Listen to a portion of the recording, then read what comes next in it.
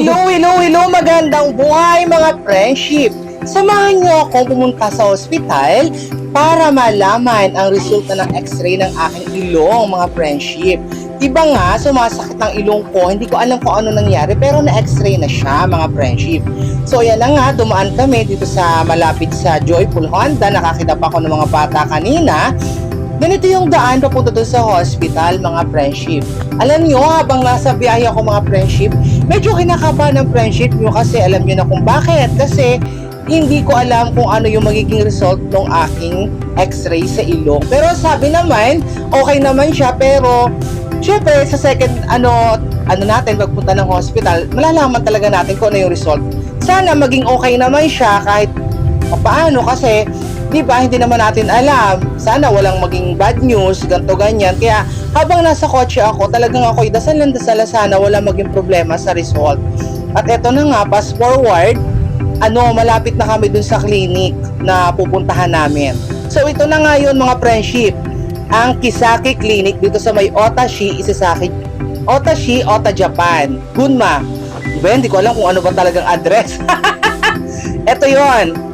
Basta dito sa Ota yon. So sa clinic ng Japan or mini hospital, pagpasok natin, hindi talaga pwede yung basta ka nalang papasok na ipapasok mo yung tsinelas mo. Dito naguhubad talaga. Yung sapatos o kahit anong suot mo palabas, kailangan mo hubarin kasi meron talaga siyang tsinelas sa pangloob. Hindi katulad dito dyan sa Pilipinas, di ba? Ibang-iba. Then pagpasok mo, wala talagang pila dito. So sobra talaga siyang convenient mga friendship.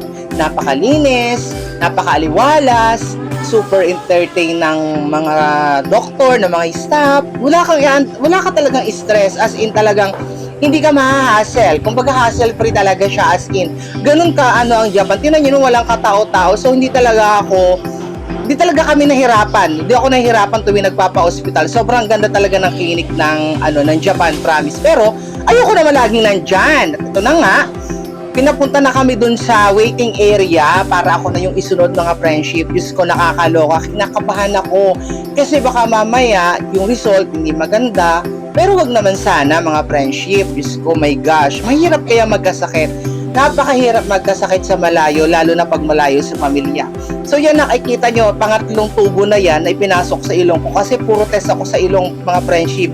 3 tubong malalaki ang pinasok sa ilong ko para makita kung ano ba talaga ang depresya, kung anong dahilan bakit sumasakit yung ilong ko. Ayan, Diyos ko yan, meron na yung isinasali na parang tubig sa loob, mga friendship. At Diyos ko, kung alam nyo lang talaga. At after na, nung natapos, ayan na, hinang-hina ang friendship nyo. Gusto ko nang makauwi, napakahirap magkasakit mga friendship. Kaya hanggat maaari alagaan natin ang sarili natin, mahalin natin ang sarili natin, Diyos ko, nakakaloka.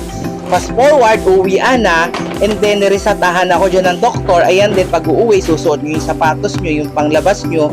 Diyos ko, yun lang mga friendship. Ingat-ingat tayo palagi, ha? Huwag nating hahayaan ang kalusugan natin ay laging Diyos ko, ang kalusugan ang pinakamahalaga sa lahat, yan ang kayamanan. Mahal ko kayo, I love you all, and God bless. Bye!